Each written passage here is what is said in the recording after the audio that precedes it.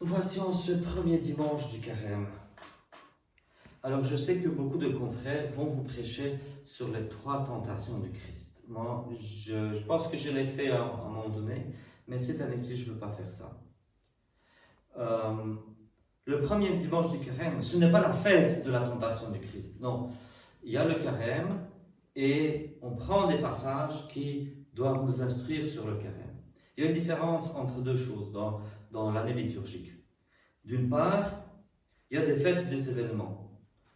Qu'est-ce que je vais donner comme exemple? Voilà, la fête de l'Ascension du Christ. Donc il y a une fête et on lit les Écritures pour exemplifier cette fête-là. Ou il y a la fête Pâques, il y aura différents récits de la résurrection. Tout ça pour exemplifier. Et puis il y a d'autres, comme les dimanches de l'année. Les dimanches de l'année, on va lire toutes sortes de passages. Et par exemple, dans les dimanches hors saison, les dimanches dits après la Pentecôte, par exemple, nous lirons la guérison de tel ou tel malade. Mais ce n'est pas la fête de... Je ne sais pas, c'est pas la fête de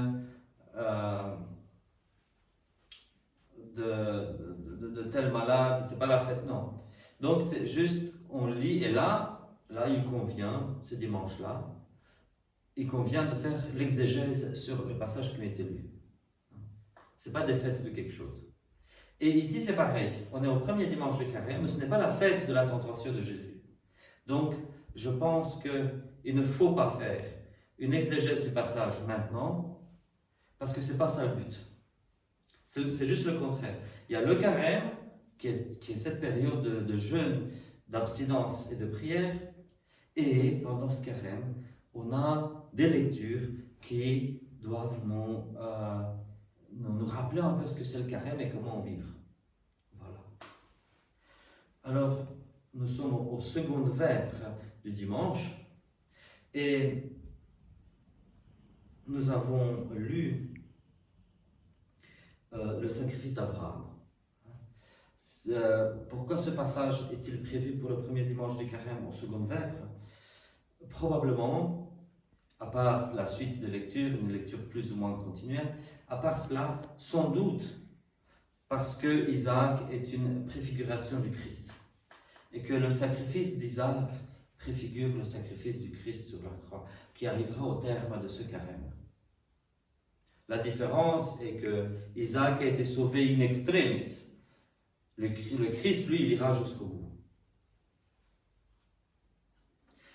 Alors, le carême et les tentations de Jésus au désert. Jésus désire de jeûner. C'est ça, en fait, notre carême. Le jeûne de 40 jours. Et Jésus, avant sa vie publique, jeûne 40 jours. Moïse avait jeûné 40 jours avant de recevoir les tables de la loi. Et Élie avait jeûné 40 jours avant d'être élevé au ciel. Avant de rencontrer Dieu sur le mont. Et c'est pour ça aussi que nous avons les 40 jours de jeûne. Maintenant, il est vrai que il n'y a pas réellement 40 jours c'est déjà pas 40 jours de jeûne en continu. C'est pas 40 jours et nuits. Parce que le Christ, lui, comme Moïse, comme Élie, ont eu carrément 40 jours où ils n'ont pas mangé pendant les 40 jours. Donc c'était un jeûne complet. Quand nous jeûnons en carême. Alors comment est-ce qu'on jeûne en carême? C'est pour ça que je vais vous parler de ça. Si on devait faire les choses à la lettre, jeûner à la lettre, ce serait de lundi à samedi. En Occident, de lundi à samedi. En Orient, de lundi à vendredi seulement. Parce qu'en Orient, on compte le samedi, on dit c'est le sabbat, et ils disent qu'à part le samedi saint, il ne convient pas de jeûner un autre samedi. Ça, c'est la discipline des églises d'Orient. La discipline des églises d'Occident, c'est d'inclure les samedis aussi dans les jours de jeûne, et de ne garder que le dimanche comme jour sans jeûne et uniquement avec abstinence. Donc, de lundi à samedi, donc si on devait faire les choses dans l'idéal, je vais dire, de lundi à samedi. Et comment jeûnent les chrétiens? Comment on devrait jeûner les chrétiens? C'est l'abstinence de toute nourriture, effectivement. Et le soir, une fois qu'on a célébré l'Eucharistie, c'est la communion eucharistique qui va rompre le jeûne, en fait. Et donc, le soir, on a un repas. Et c'est un repas d'abstinence. Alors, j'explique un petit peu les choses.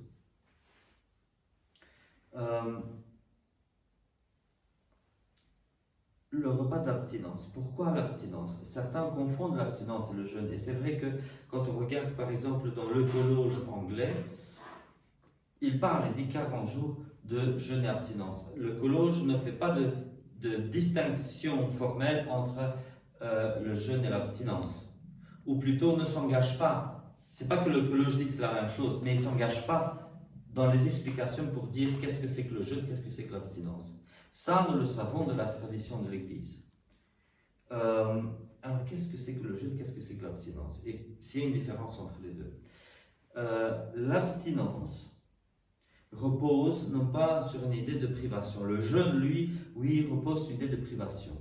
Je jeûne, je prive le corps de la nourriture parce que je veux m'élever, prioriser mon côté spirituel. Je suis corps et esprit. Et je priorise le côté spirituel, mon côté spirituel. Et quand je jeûne, je prie mieux. Le jeûne, ce n'est pas qu'une abstinence de nourriture. Le jeûne, c'est aussi m'engager davantage dans la prière, parce que c'est une occasion plus propice à la prière. C'est une occasion plus propice à m'unir à Dieu dans la prière, quand je jeûne. C'est pour ça que beaucoup de fois, Jésus dira, par exemple, quand il expulse les démons, les disciples ont essayé d'expulser les démons, ils n'ont pas réussi. Et Jésus dit, parce que cette espèce de démon ne sort que par la prière et le jeûne.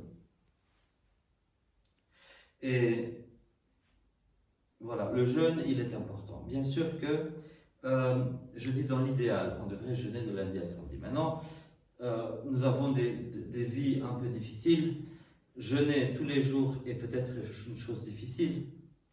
Alors, je pense que le fait de jeûner ne fût-ce que le mercredi des cendres, le vendredi saint et le samedi saint est déjà pas mal.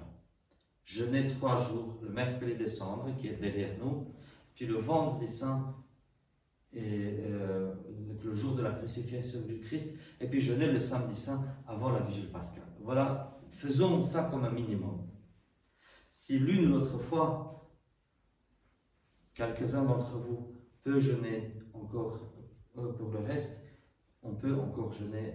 Il ne faut pas toujours se réduire au minimum syndical, non. Il faut pas se réduire au minimum si on n'est pas tenu. Et voilà ce que j'ai à dire sur le jeûne. Jésus jeûne et il arrive à combattre le démon. Comme vous avez entendu, le démon ne va pas par les petites choses. Ces tentations. Il va directement sur les grands, il monte sur ses grands chevaux. Nous autres, parfois, on est tentés de mentir, jeter la nourriture, insulter quelqu'un, même dans notre cœur, parce qu'on est mécontent, parce qu'on était mal servi au supermarché, parce que la file est trop longue, et on maudit les gens dans notre cœur. Ces petites tentations. Mais le démon sait que ce Jésus, il ne se rend pas compte peut-être que ce Jésus est vraiment qui dit être, hein, mais il le tente quand même. Peut-être qu'il le sait. Et il se dit, si ce Dieu humain arrive à pécher, alors il va se démanteler en un instant. L'incarnation va devenir un fiasco. Et donc il va avec les grandes tentations. Il n'essaie pas avec les petites. Il sait que les petites ne marchent pas. Donc il essaie avec les grandes. Mais Jésus jeûne. Même Jésus jeûne. Même s'il est Dieu et humain, il jeûne. Bien sûr qu'il a jeûné pendant toute l'éternité avant de s'incarner. Mais ici, il jeûne parce qu'il est aussi humain. Et il doit soumettre ce corps matériel à l'esprit. Et c'est pour ça que, voilà, il arrive par le jeûne à combattre le démon. Pourquoi jeûnons-nous? Certains vont dire, nous jeûnons par exercice spirituel. En jeûnant, nous allons pouvoir mieux combattre le démon, mieux combattre les tentations. Ça va être un exercice. Et puis, quand on ne jeûne plus à partir de Pâques, là, on va être déjà entraîné. On a déjà l'entraînement, on a déjà les anticorps, on sait comment faire pour résister aux démons. Ce n'est pas faux, c'est une vision, j'ai envie de dire, d'anachorète, de moine, mais moi je dirais tout simplement qu'il faut jeûner pour se rapprocher de Dieu. C'est un temps propice pour se rapprocher de Dieu. Alors pourquoi l'Église nous prescrit le jeûne? Parce que comme vous le savez, c'était les catéchumènes qui jeûnaient au début en carême. Et puis les autres personnes les ont rejoints dans le jeûne. Les dimanches ne sont pas des jours de jeûne. Les dimanches du carême ne sont pas des jours de jeûne, mais ça reste des jours d'abstinence. Alors parlons un peu de l'abstinence. Comme je l'ai dit tantôt, si le jeûne repose sur une privation du corps pour donner la priorité à l'esprit, l'abstinence repose sur autre chose. L'abstinence, c'est ce que nous lisons dans l'Ancien Testament, déjà au début du livre de la Genèse. Dieu crée l'humain et il lui dit de manger tous les produits d'origine végétale. Et il donne à toute la création, en fait, à tous les animaux, pas qu'à l'humain, il donne aussi aux animaux l'ordre de manger que les plantes et leurs semences. Mais pas de la chair animale. Et donc, c'était ça, un régime frugivore presque, un régime tout à fait végétalien, voire frugivore. Et c'est ça qui est la norme au début de l'humanité. Alors certains d'entre vous pourront me dire, ah mais ça c'est juste un conte biblique, un mythe, mais ça n'a aucun rapport avec les réalités, avec l'histoire. Nous avons vu bien de dessins qui montrent l'homme primitif avec une sorte de gros bois qui je vais tuer une gazelle pour me nourrir. Mais non, ce sont des visions d'artistes. Parce que l'humain, on sait maintenant, donc ça c'était une vision d'artiste, c'était une conception des années 70, mais aujourd'hui quand on voit la dentition de l'humain et son corps et tout ça, au niveau physiologique, on sait que l'humain était végétalien dès le début de son humanité. Dès le début de l'humanité, l'humain était végétalien. Donc, c'est revenir en arrière. Donc, ce que la Genèse nous dit, ce n'est pas juste un mythe, un conte pour nous dire une vérité théologique. Non, c'est de l'histoire, c'est l'histoire réelle. Et donc, voilà, comme les animaux, avant qu'ils évoluent, voilà, quand ils étaient en état plus primitif, ils étaient tous végétaliens. Et puis après ça, il y a eu des choses qui sont passées. Je ne vais pas entrer dans des détails pour dire pourquoi certains animaux sont devenus carnivores. Mais à la base, ils ne l'étaient pas. Les animaux n'étaient pas carnivores à la base. Et donc voilà. Et à la fin des temps, bien sûr que c'est ça, que après le retour du Christ, il n'y aura plus d'animaux tués, il n'y aura plus d'abattoirs, il n'y aura plus. C'est écrit dans le livre d'Isaïe, c'est écrit 2 fois encore dans le livre d'Isaïe. Donc quand nous faisons l'abstinence, ça veut dire que nous mangeons végétalien pendant le carême. Ça ne se limite pas au carême, c'est le temps de l'Avent aussi, c'est les 4 temps, etc. Si on totalise tout ça, ça fait presque la moitié des jours de l'année, si on prend tout en considération. Autrement dit, le fait de revenir au régime végétalien pendant certaines périodes de l'année, c'était revenir à la norme, revenir à ce qui est normal. Et jusqu'à pas longtemps, on disait, voilà, manger des produits d'origine animale, il faut manger parce que sinon on meurt. Mais pas tous les jours. Et c'est dans cette optique-là que les chrétiens, et c'est encore le cas dans beaucoup d'endroits du monde, s'abstiennent des produits d'origine animale pendant le carême, et puis ils retournent à la bidoche à Pâques. Maintenant, rien ne nous empêche, nous chrétiens, d'avoir une éthique meilleure, maintenant qu'on est en 2026, avoir une meilleure éthique qu'il y a 30 ans, qu'il y a 40 ans, et de dire, mais en fait, la vie de tous les jours, la société dans laquelle nous vivons nous permet de vivre en bonne santé en tant que végétalien, Pas seulement en carême, mais pendant toute l'année. Et dans ce cas-là, on ne voit plus ça comme une privation.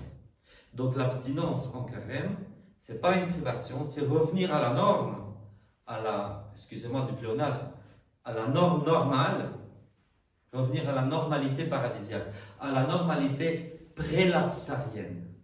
Prélapsarienne, c'est-à-dire d'avant la chute dans le péché. Voilà, c'est ça l'abstinence dans le carême. Et donc, comme je dis, les dimanches en carême, ce sont des jours d'abstinence, mais ce ne sont pas des jours de jeûne. Avec quoi est-ce que je vous laisse partir ce soir?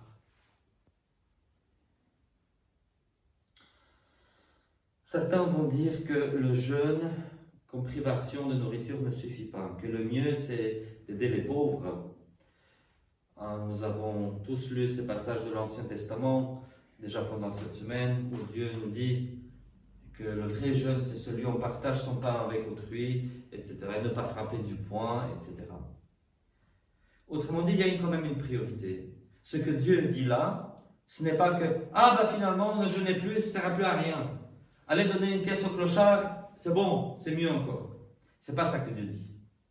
Ce que Dieu nous dit, c'est que si on fait un jeûne où nous jeûnons, mais qu'à côté, nous frappons notre prochain, et que nous n'avons pas de cœur pour les autres humains, alors c'est vrai qu'on a mal mis les priorités. Mais, moi ce que je dis, ayons une éthique, ayons une bonne éthique toute l'année. Et une bonne éthique toute l'année, ne frappons pas les autres, donc pas de violence, pas seulement pendant le carême. Et quoi, sinon quoi? Je m'abstiens de violence pendant le carême, et dès le jour de Pâques, bam! Voisin, ce n'est plus carême, bam! Non, hein. Il faut s'abstenir de violence toute l'année. Mais bien sûr que jeûner tout en pratiquant la violence, ça n'a pas beaucoup de sens. Il faut d'abord se corriger sur ce point-là, et puis jeûner, bien sûr. Donc c'est ça que le texte biblique va nous dire. Il y a d'autres qui me disent « Ah, moi je jeûne du péché. Je ne jeûne pas de la nourriture, je jeûne du péché. » Ben, Jésus a jeûné du péché aussi, hein, on l'entend dans l'évangile d'aujourd'hui. Il jeûne du péché, mais pour bien jeûner du péché, il faut jeûner de la nourriture. C'est Jésus qui le dit, pas moi. Voilà. Bon carême.